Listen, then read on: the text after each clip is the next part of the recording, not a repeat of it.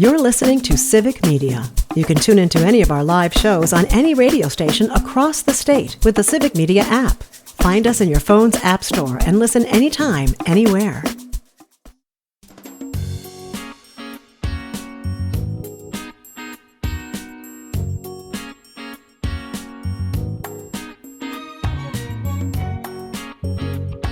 Live across Wisconsin on Civic Media, you're listening to Mornings with Pat Kreitlow, powered by Up North News. Now, from our Lake Wissota studio, here is the founding editor of Up North News, Pat Kreitlow. Well, hey there, Wisconsin. Good morning. It is 6:06 on this Wednesday morning, September 17th, 2025. It's another beautiful morning to have you here up north, live from Lake Wissota, from wherever you're spending your mornings, listening across the Civic Media Radio Network. Or perhaps by app or podcast or website or social media. However you got here, glad you got here. I got a question for you. Did you notice the change in seasons recently? Not fall. No, not the school year. No, not football. Campaign season. We have not one, but two campaign announcements on this program to share with you this morning. The first one is just a couple of minutes old. State Representative Francesca Hong making it official. She is a candidate for Wisconsin governor, and she will be joining us in the 8:30 half hour to talk about her run. We will play her introductory video in just a bit. We had to censor it first. If you know anything about Francesca Hong, it's that she's very, she does not pull punches when she speaks. How about that? We will also be talking to Corrine Hendrickson. She is a now former child care provider in the New Glarus area. And of course, she has been quite frustrated with the state of politics in our Wisconsin legislature when it comes to looking out for working families. She made it official on this show that she would have to close up her child care center, that it was just no longer something where, well, she didn't want to lose money. Nobody does want to. And so she's had to close up her child care center. And now she's ready for what's next. And she has an announcement that she's going to be making on our program this morning as well. So campaign season for 2026 is definitely underway, and we are one of the places where candidates stop on their way to 2026. So we hope you stick around and hear what Francesca Hong and Corrine Hendrickson have to say. If you can't stick around for everything, you can always pod the program, head over to Spotify, sign up there, or Apple, wherever you get your podcast, and that way you have us on demand wherever you go. Also coming up on the program today, we have our homeroom segment. We will be talking to Bryn Horton from the Wisconsin Public Education Network about what else is happening in the state capitol along the lines of education. You know, the state budget's done, but there's all kinds of bills that legislators have been introducing that could affect the way that your kids get an education. Some could be helpful, some could be meh, some could be just downright annoying or nuisance, or even harmful to public education, undermining public education. So Bryn Horton will talk to us about that in our 7:30 half hour. And of course, it's Wednesday, so we have no shortage of Civic Media friends to visit with as well to tell us what's going on in their respective necks of the woods. There's James Kelly reporting from Chippewa Falls. There's Earl Ingram in Milwaukee, Jimmy Koska in Boscobel looking at sports and news in Southwest Wisconsin, and Melissa Kay from our sister station in Wisconsin Rapids on Parker Olson, producer of this program. What is National Pet Bird Day? Yeah. What? So we're hoping for a big update on Lilu here. Yes. That's fantastic. Who knew there was I a know. pet bird day? That's so There- specific. If we've learned nothing from our history segment, True. Eric Bailey history lesson is that there is a day for everything. And I don't even read them all because there's so many of them. I mean, there could be National Retro Bar Coaster Day as I hold up a coaster that I don't know where we got this back in the 1980s, but Those are cool, though. That would be still a around. good day. Got to put your coffee cup on something now and then. So yeah, it's Pet Bird Day. There's a day for everything. Lovely. Here's what there's not a day for. Uh-oh. Publishers Clearinghouse and the Prize Patrol bringing a great big oversized check to your door and promising that you're going to get so many thousands of dollars for life. So many people have believed this over the years. The look I'm getting from Parker tells me the prize patrol is not a thing. Correct? Right Nope. over my head. Not a clue. Well, that's because this was run by Publishers Clearinghouse, which is a magazine sales company. Okay. When was the last time you subscribed to a magazine? I'm sorry, let me restate the question. Have Have you ever Yeah. subscribed to a paper magazine that was delivered to you in the mail and that you sat leisurely and flipped through? Hard no on that No. one. Yeah. No, because you already have that with you right there. Here it is. It's that little phone, that little device that can bring up anything from anywhere. So basically, every magazine is now a website or an app or social media posts. And so, Publishers Clearinghouse, which for years was, the place where you would get your magazine subscriptions. They'd send you this mailer. I'm explaining this to Parker, but don't you're like, what's he gonna? Yes, he is. Ancient They history. would send you It's important. once a year.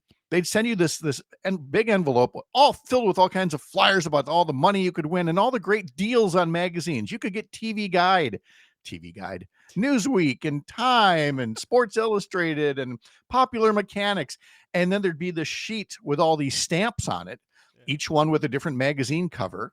And kind of like we talked about with Columbia House with the records, using the mail was like how you did all this stuff, Parker, back in the day before there was email, when it wasn't electronic, when it was lick a stamp, put it on the card, mail it in. You get your discounted Sports Illustrated just in time for the swimsuit issue, but you're also entered for the possibility that the prize patrol could show up.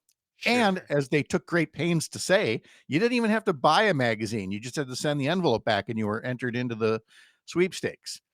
And then, of course, you'd get a knock on your door. Well, you wouldn't. It never happened to me. But, there would be, somebody there with a great big check and TV cameras and balloons and everything else, all set to give you money, which included sometimes rather than one big check, it would be so much, per life, like $5,000 a month for the rest of your life, which again, it's not that you'd necessarily retire on it, but that's a pretty nice thing to have along. Did people actually win this, or was this just something Oh, they said? yes. Yeah. Yes. Okay. Which gets us to today's story. Oh boy. Publishers Clearinghouse is no more. Oh. It has gone bankrupt. I wonder why. And now we do know why, but you know who else really wonders about this? All the people who were promised cash for life and are now shocked to find out that promise is being broken. Yeah. So the remnants of Publishers Clearinghouse went through its bankruptcy process, and some other company bought it, a company called ARB. And ARB says, well, we still want like the direct mail part of the company and the online parts of the company, but we're not buying the part of the company that's responsible for making payouts. So that part is still bankrupt, and the people who were promised forever checks are not going to get them. In their Chapter 11 filing, Publishers Clearinghouse listed at least 10 prize winners among its creditors with the largest unsecured claims, totaling millions of dollars. One man who won $5,000 a week forever back in 2012 told the New York Times he knew something was funny when he didn't get his annual check from the company back in January. So he has had to scramble to pay the bills without the money that he has learned to rely on for the past 13 years. Oh, that sucks. And it's running out. CNN has a story about somebody who's had to sell all of their toys, their jet skis and their boats. And he said, I haven't worked in 10 years. I have to go to work now, and he has no marketable skills. Yeah. To get into the job market. Well, if he had a bunch of boats, maybe he could start like doing boat tours. Do a marina or something, but he's got nothing to gas up the boats with. So this all dates back to 1953 when a couple, Harold and Luester Mertz, and their daughter Joyce formed a business out of their home in Long Island to send direct-to-consumer mailings that solicited subscribers for a number of magazines, and then they would get a little cut of each magazine subscription. And it grew and it grew, and they started doing these contests in 1967. And all throughout the 70s, 80s, and into the 90s, I mean, everybody would buy their, even if they, just wanted to renew one magazine or something, and they'd always hope that maybe this was in the years, of course, before multi-state lotteries and billion-dollar jackpots. And you just hoped that lightning would strike and, Ed McMahon or somebody would be at your door to give you the big check and money for life, unless people stop buying magazines and we ain't got no more money to pay you with. I assume that inflation happened quite a bit during the time of them doing this. Oh, sure. Yep. Did they start with, because you said it was like the 50s? Did they start with like, here's $1 a week? Haha, see? Well, they started in the 50s. The contest started in 1967, which tells me that, I mean, that was the heyday for magazines. I mean, everybody had magazine subscriptions and newspaper subscriptions. And I turn around here and tell you. Oh boy. He's looking behind himself. He's reaching to the floor for our listeners at home. And now he has something here. I still get a paper copy of the Atlantic Monthly. Yeah. Of course, I picked one that has a nuclear explosion. I was going to say, is that a bomb? Yeah, well, it's marking 80 years of the nuclear era and how scary it is to have there wasn't a goofball better with his one finger to on the grab? button. Yeah, so still get it. Although by and large, when I see interesting articles from the Atlantic, I'm going to go to their app and read it on my phone. But there was just that part of me. It's like, I feel like I got to have something. And frankly, I do. Sometimes when we travel or whatnot, it's, when you got to put your phone in airplane mode, it's nice to have that to look at. But no, people don't anymore. So yeah, by the 60s, they had enough money that they could set up a contest, figured interest rates would go up. So their savings would go up. So there'd always be something to pay out until it didn't happen anymore. From Tony on YouTube. I used to subscribe to the international version of Newsweek. Now they don't make any version of a physical magazine. Yeah. No, they do not. You still see them in the bookstores. If you go to what's its face, Barnes and Noble. Yeah. I mean, the racks are full of these magazines. I don't know who's buying them.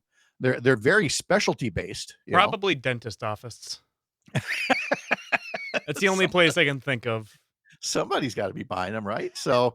Anyway, I'm sorry if I'm the bearer of bad news for folks, but if you were counting on your Publishers Clearinghouse money to keep you going, I might suggest going to get a physical newspaper and looking through the want ads because it's time to find some work. Let's check some sports now at 6:18. Christian Yelich hit home run number 29 and had 3 RBIs. All-star pitcher Freddie Peralta struck out 10 over 6 innings. He won his National League leading 17th game as the Brewers beat up on the Los Angeles Angels 9-2 last night. Freddie Peralta looked good. He allowed 1 run on just 2 hits. He walked only 2. He struck out the side in 3 different innings.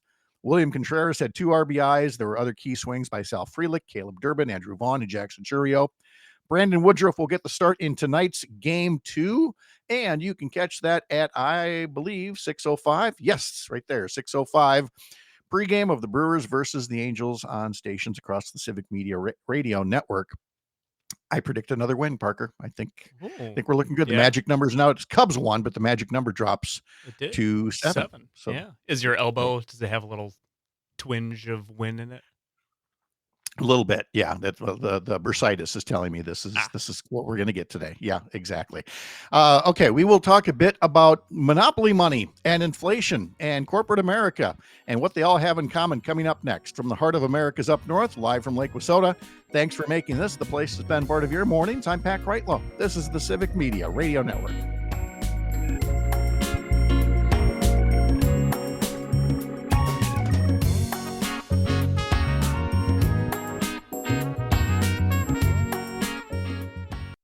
You're listening to Civic Media. Stay up to date on the latest news and information for your local community and Wisconsin by signing up for our free email newsletter. Visit civicmedia.us/email to get started.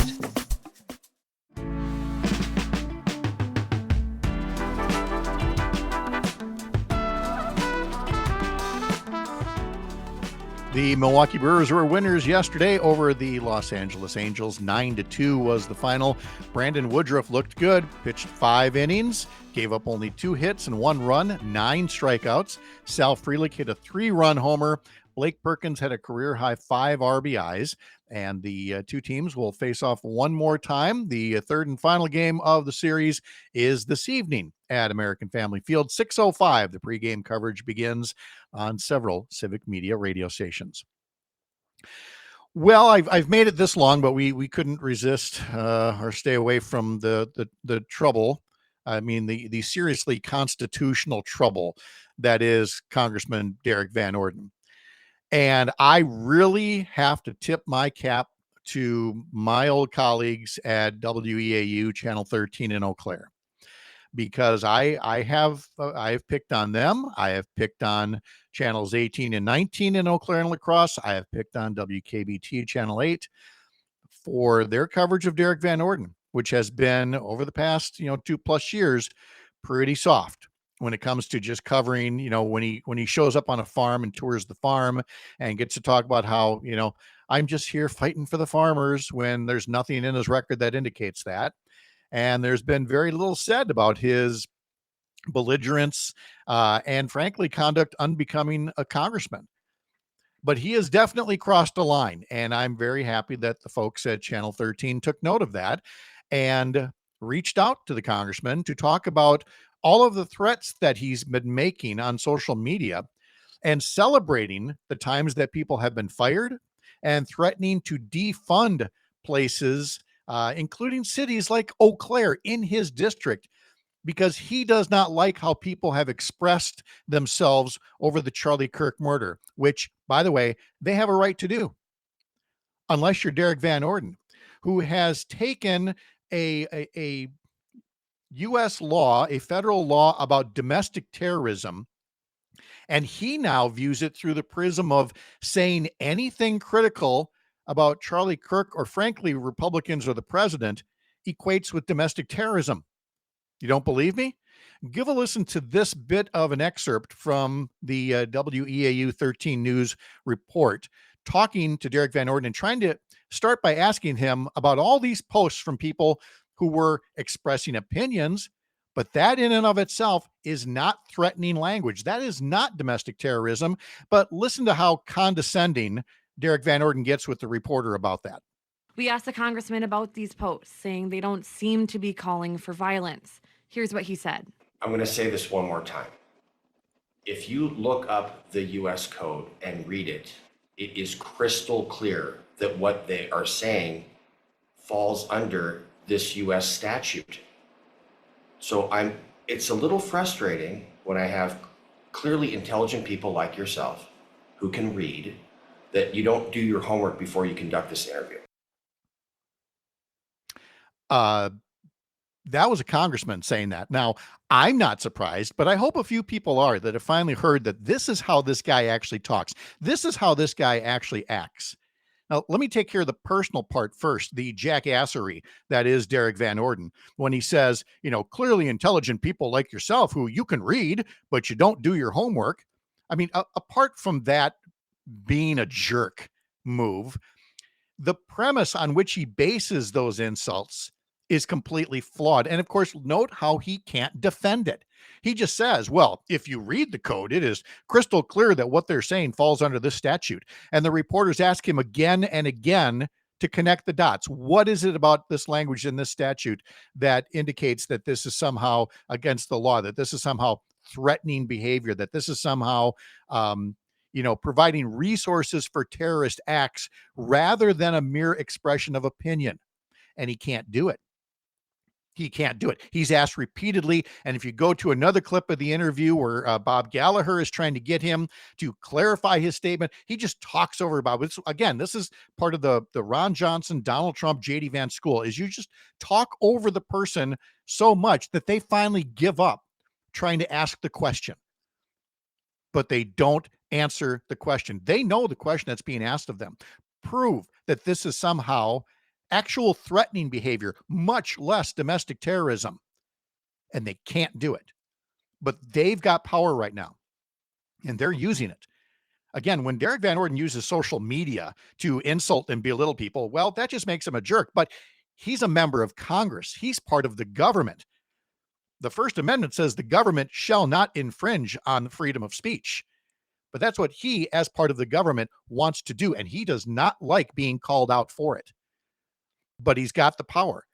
And it's only it's a sense of power that's only going to grow. It's an ego that's only going to grow. It's condescension that's only going to grow with the news that yesterday ABC capitulated, surrendered, kowtowed, bent the knee, and pulled Jimmy Kimmel off the air. By the way, not for something he said. Do not fool yourself into thinking that ABC pulled him for the specific thing that they say that he said. Now, we could talk about the remark. I'm not going to. You go look at the remark and you look in there and you see, again, what is it that is so over the line that it's worth even a day's suspension, much less being pulled off the network indefinitely. It's not about what Jimmy Kimmel said. It's what Brendan Carr, the head of the FCC, a Donald Trump loyalist, said in threatening ABC, and prior to that, threatening CBS, and prior to that, threatening other media.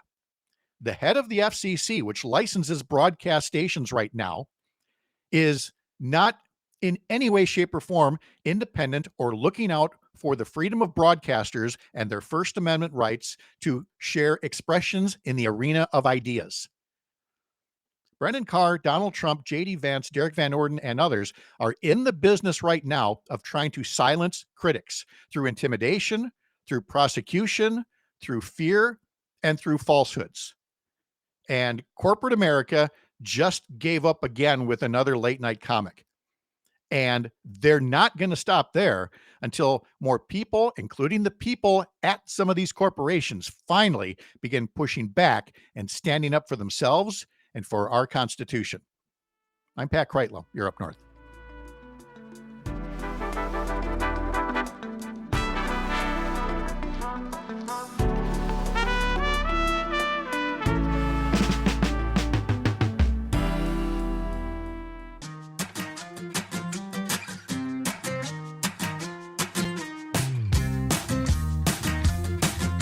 Tomorrow, of course, we'll have our regular weekend review panel with former U.S. Attorney Jim Santel, journalists Mark Jacob and Jennifer Schulze, Courier Newsroom's Kia Vakil, Dr. Kristen Lyerly, Mike Clemens with sports, Brittany Merlot's weekend forecast. Just a lot to tune into tomorrow. If you can't stick around, then put us on a podcast. Head over to Spotify, Apple, wherever you get your podcasts, and be sure you follow Mornings with Pat Kreitlow, powered by Up North News here on the Civic Media Radio Network. Today, a federal committee that recommends vaccine policy for Americans is going to start meeting to review immunizations that have been in use for a very long time. It's called the Advisory Committee on Immunization Practices, ACIP, and it's expected to vote on shots for COVID and hepatitis B as well as others. And of course, as we've talked about, the Health Secretary, Robert Kennedy Jr., has frequently baselessly questioned the safety of these vaccines. And yesterday, you'll recall, we played a clip from Senator Tammy Baldwin talking to Susan Menares, who was ousted as head of the Centers for Disease Control and Prevention after less than a month, because Menares says Kennedy directed her to commit in advance to approving everything this ACIP board is about to recommend, regardless of the scientific evidence. With this ongoing campaign trying to undermine public faith in vaccines, it's worth going back to basics and finding out just what vaccines are, what it is that makes them work the way that they do. And that fits right in the wheelhouse of pediatrician Dr. Kelly Snooks, who is beginning a new video series for Up North News called Raising Wisconsin. And her latest installment, which was posted yesterday, talks all about vaccines. We're going to give a listen to that before we talk live with Dr. Kelly Snooks. Hey, Wisconsinites, have you ever wondered exactly what's happening inside your body after you get a vaccine? Like, how is it working to protect you?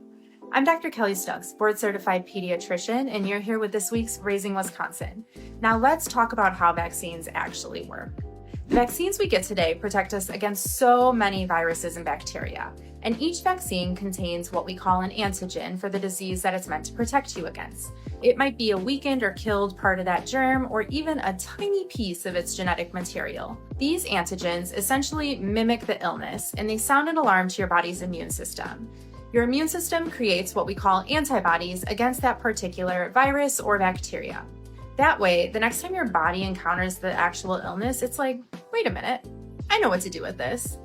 Then the antibodies that you've stored up thanks to that vaccine spring into action and prevent that virus or bacteria from making you severely ill. It's your body's way of building a powerful defense without having to get really sick first. That again is Dr. Kelly Snooks, who joins us now to talk about the Raising Wisconsin series she's doing for Up North News. Dr. Snooks, good morning. How are you? Good morning, Pat. Thanks for having me. I'm well. How are you? Well, thank you very much. So nice to have you here and have you doing this series for us. We're going to talk much more generally about the series, but with vaccines in the news lately, I just wanted to check, certainly with my wife being a physician, I'm imagining that you, like her, have probably had that basic vaccines 101 conversation more so recently, maybe than in years past. It's always been a thing, helping parents understand vaccines, but understanding how vaccines work seems to be much more in the public consciousness these days. Yeah, I think there has been a lot of discussion about vaccines lately, as we've seen with what's going on today. And I think that people are starting to get a lot of information and misinformation and really starting to question what is real and what is not. So these conversations about how vaccines work, what do they actually protect us against, have become far more common now than they were when I was even just doing general pediatrics during my residency training. Uh, and yes, obviously it's part of the world that we live in now. There's a lot more information, therefore misinformation. And even if it's not misinformation, again, I think every doctor winces when a patient comes in and they got a referral from Dr. Google. And Dr. Google Yes. said, here's what you have. And then you have to maybe explain that that may not necessarily be the case.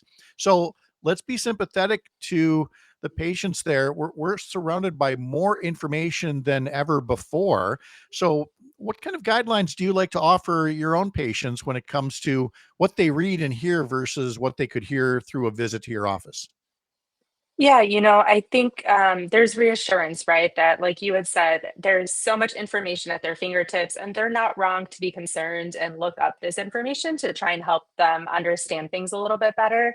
I think when it comes to having those conversations with patients, we in medical school go through so much training on how to actually understand what studies have been gone through rigorous testing, what is some of the evidence that actually works to show that these treatments or vaccines, for example, are safe versus those that, are maybe not as safe, or what studies are out there that are the ones that people are getting a hold of and being concerned about, that actually those studies are not as rigorous or actually have some really big flaws to them. So, I think it's just that reassurance that you're okay to look this stuff up, but let's kind of go over what is the actual evidence behind these treatments or recommendations that we're giving you. Yeah, exactly. And go through it together, go through the information because, and this is the awkward part to bring up, but it certainly reminds us of the early months of the pandemic. Science researchers, doctors, they're not infallible. And as we learned early on in the COVID pandemic, we were still learning our way through that. But that's not the same as being uninformed. It's simply taking you where the science takes you to next. And so less listeners are saying, oh, there goes another physician and another physician spouse with some kind of a, superiority complex or whatever. No, there's still things we don't know out there. But the alternative is not to just go based on innuendos and rumors and things like that, right? Right. One of the things that I think we call ourselves in medicine is lifelong learners, because medicine is constantly evolving. But the reason that it's evolving is because, science has advanced so much over the past couple of centuries. I actually talk about that in one of my past videos, but the way that science is evolving, the way that these studies are going on, we are also learning, and our recommendations might be changing because of new evidence that we have learned from new studies or new treatments that are out there.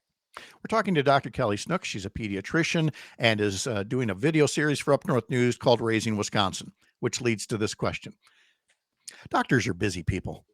You guys have been studying forever. You work in these long days. and now you're doing a video series, and you've been making videos on the internet for some time now.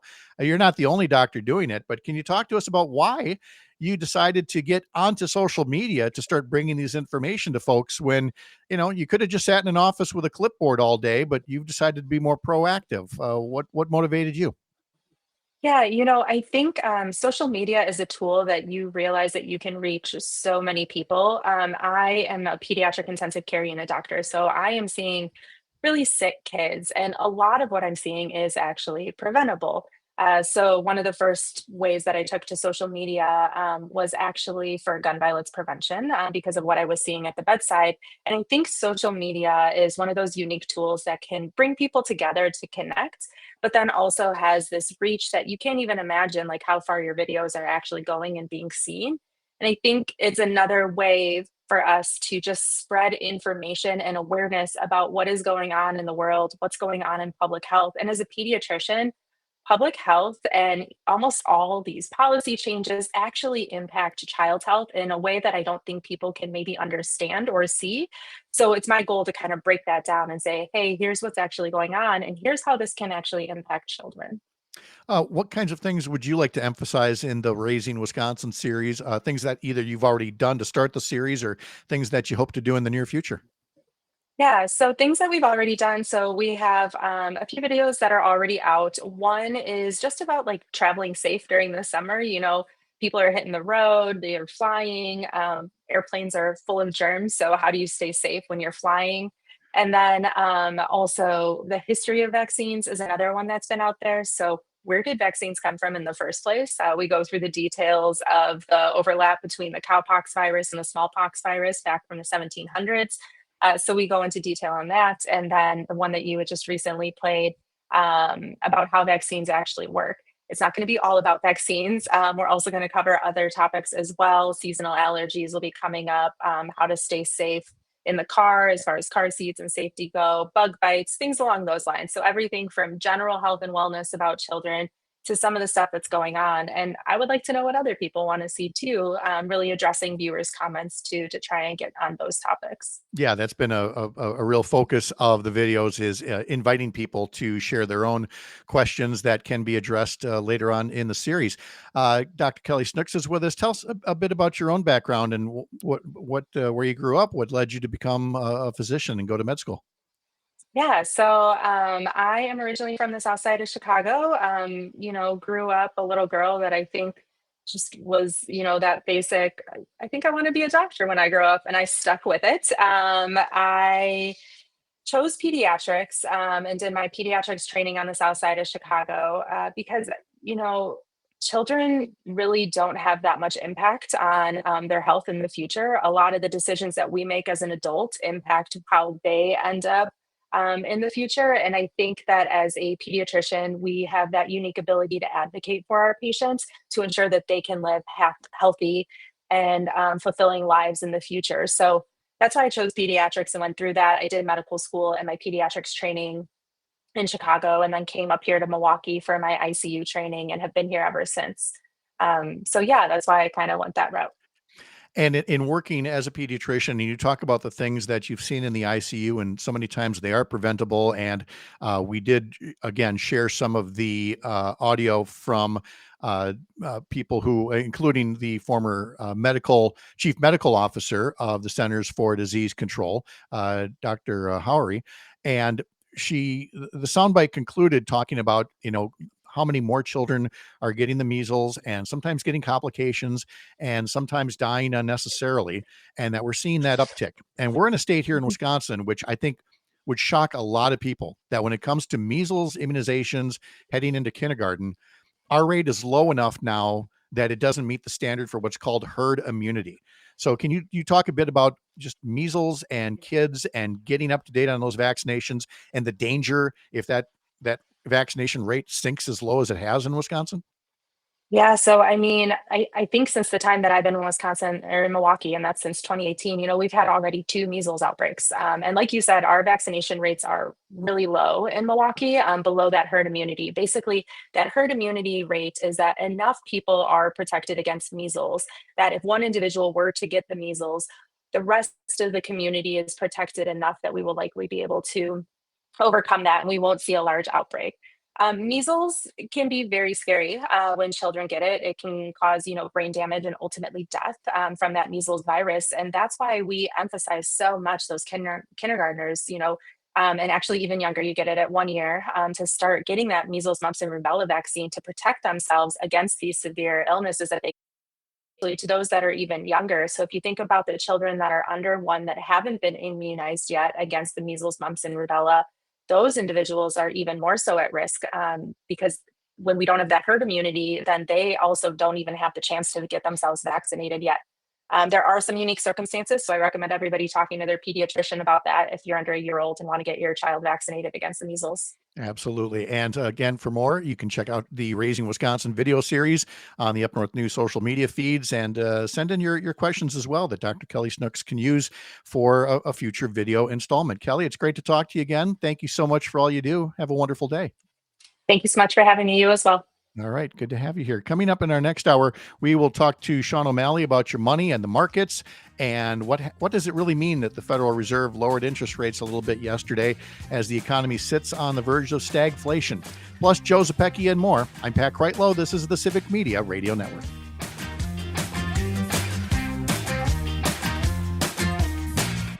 You're listening to Civic Media. Find the latest news, information, and archives of all your favorite shows on the Civic Media website, civicmedia.us.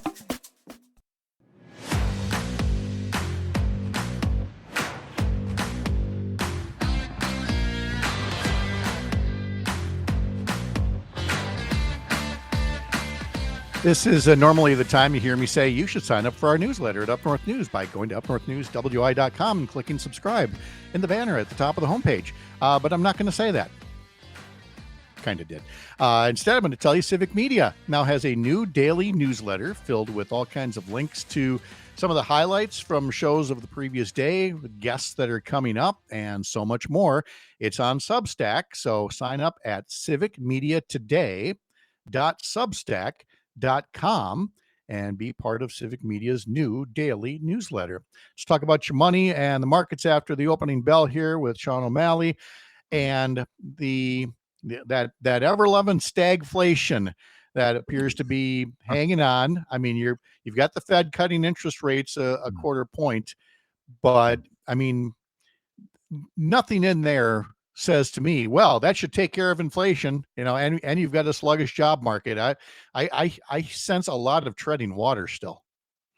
Yeah, that's exactly what they're doing, Pat. They're trying to not make any sudden moves. I mean, I think part of it is they're probably a little bit afraid of doing what they did back in 2022, where they kept raising rates and far further than anyone expected them to, and far more aggressively, and they really overshot the mark then. So they're trying to take a more measured response this time. Certainly, they're making the current administration, happy with that move. But yeah, it's sort of a placate to the soft employment market without too much of a raise in rates so that you're going to make inflation even worse than it already is. So there are a lot of factors in play, but we know that everyone is looking and expecting an overall softer economy going forward. Well, especially when you've got like we like to say, on the one hand, inflation, on the other hand, employment. And now you've got this, while you've got things in both hands, you've got the third thing is political pressure, punching you in the gut while you're looking at the things in your two hands here. So, I mean, it's not an easy time to try to actually manage the economy. Very true. Although some would describe that target as a little lower than the gut, but yes. yes. I try to make these things radio friendly where I can. And fine, let's conclude with Tariff Watch, the tax tally. Tariffs are taxes on the American consumer. And what's the tote board looking like? Yeah, this is going to be a new segment that I want to do monthly. So we'll keep track of how much we as consumers have had to pay in additional taxes through the tariffs. So this is going to be the Tariff Watch tax tally. Lots of alliteration there to make it easy to remember. So the Tariff Watch tax tally as of the end of August is $183.6 billion. So that's without a farm bailout. That's without the farm bailout. If you include the farm bailout, most of the experts are saying you're going to need at least double that. Ooh. So, are we winning yet? No, We're just no, I don't believe we're we're winning. screwing over every trading partner we've got, a lot of our allies, and making ourselves obsolete in the process. And I'm just wondering what's going to happen in the future when you try to reestablish commerce with a lot of these trading partners that have now since moved on. And even if they come back, there'll be the mistrust. And I know we talked about it last Mhm. week in conclusion, but it really sticks with me as you drive around here. You drive around and you see cornfields, but you see a lot of soybean fields, and those soybeans. Yep. I mean, it's looking good. It's looking good until they're either left rotting in the field or piling up Mhm. and rotting because I believe the tote board for China ordering soybeans does that tote board still read 0 as far as we know? It still reads 0, Pat. That's correct. Still And reads 0. remember, you've got to consider that they are the world's biggest buyer of soybeans. But they have decided, and I'm sure this is supported by, President Xi Jinping of China, that they're not going to order a single soybean from the US, which seems to be what's happening. And they ordered everything from Brazil instead. And I know exactly what you're talking about with respect to those fields. I drive, past them between the two houses. I see tons of corn out there. I see tons of soybeans, and nothing has been harvested yet. And I'm wondering, will it? I'm wondering, speaking of Brazil, maybe could we import their Supreme Court? Maybe I think we should enter negotiations to trade for that. Certainly I a Supreme Court with a backbone, oh willing I to uphold the rule of law. What a novel concept. That against could be a something that we could consider. yeah, against a former president trying to stage a coup. Boy, a Supreme Court exchange would be grand. Sean O'Malley, Mm. finance and economics expert, joining us on Thursday mornings. Thank you, Sean. Appreciate it. Have a great day. Thanks, Pat. Take care. All right. Yep. Good to see you. It is 8:40 right now, and we'll talk more about the state of geopolitics, media politics, whatever you want to call it, with Joe Zepecki. Joe, I think I finally learned my lesson. I'm no longer going to ask, how are you? I keep looking for the perfect answer to how are you. I think the right thing is to just stop asking and to find a new opening question. Yeah. Because there's no great answer to that one, especially after recent events involving, a president pushing another talk show host off the air and a congressman continuing to use the First Amendment like toilet paper. Yeah. A week ago, we had a pretty hard conversation in the wake of the Charlie Kirk assassination. Mm-hmm. And my take on it was that we just need to declare and decide these are politically violent times, and that acceptance of that reality is the first step in finding our way out of a politically violent period of time. And so if you ask 1 week later, have things gotten better or worse in the wake of Kirk's murder? The answer is unequivocally that things have gotten worse. That Mhm. what has happened in the last week is not concerning. It is deeply alarming. This is happening.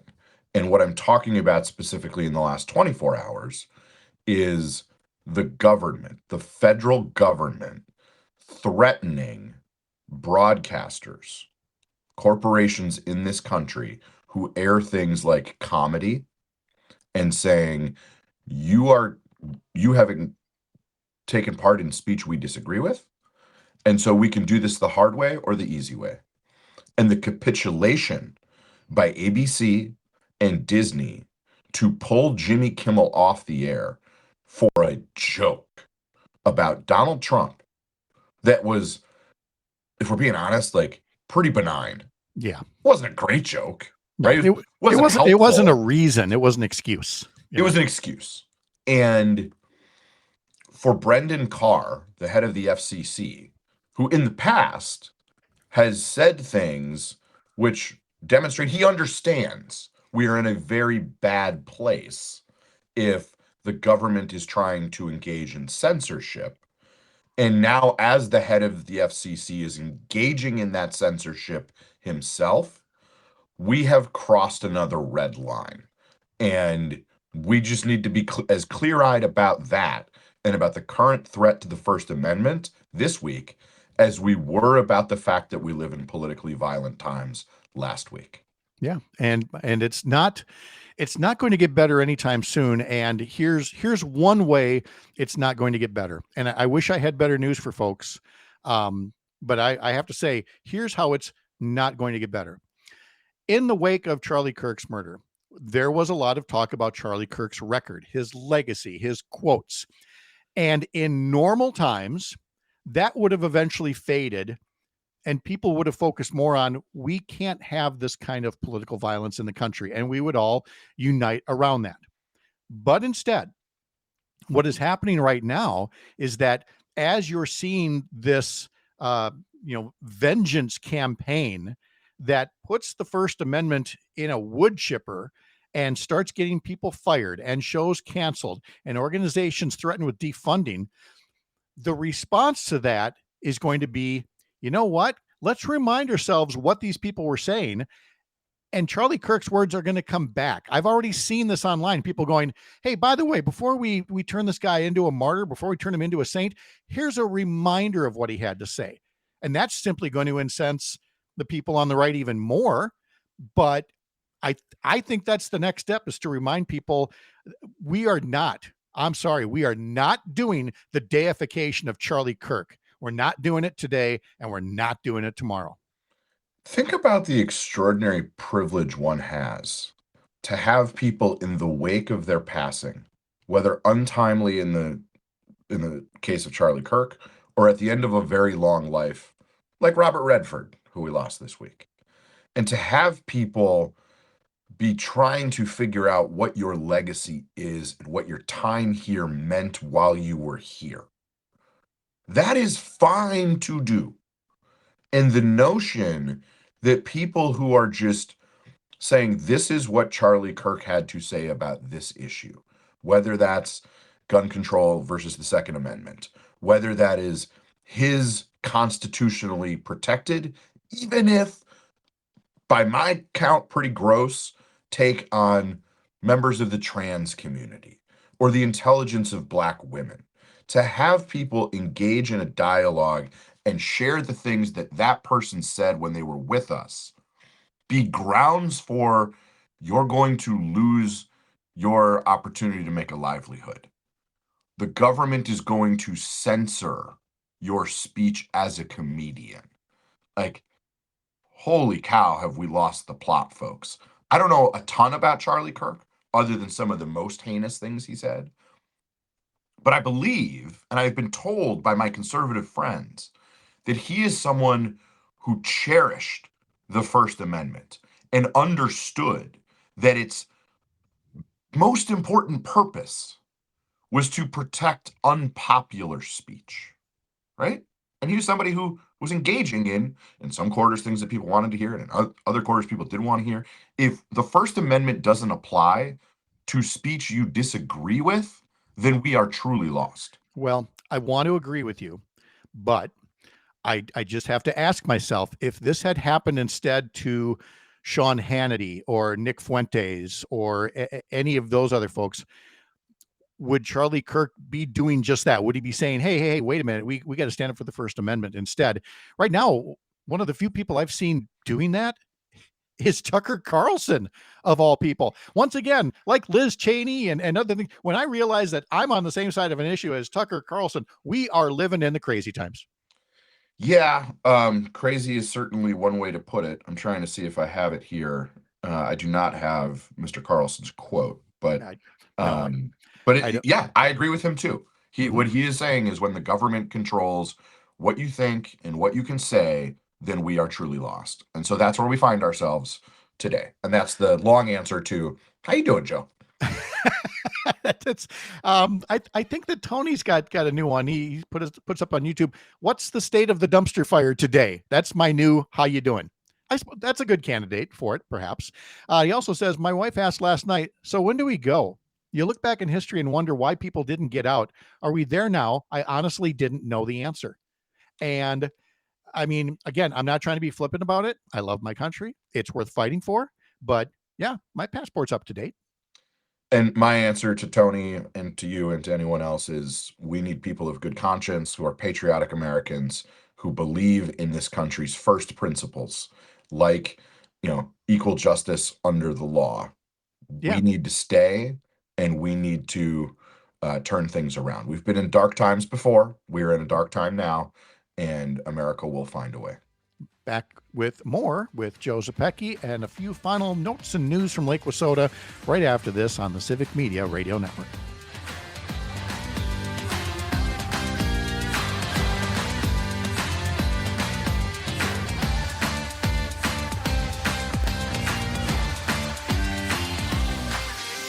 The national news cycle never stops, but it can be hard to find news about your local community. Civic Media is dedicated to providing quality local and state news coverage across Wisconsin. With the Civic Media app, you can get notifications about local stories that matter to you and your community. Find the free Civic Media app in your phone's app store and choose notifications from the menu to tell us what kind of news you want to hear about.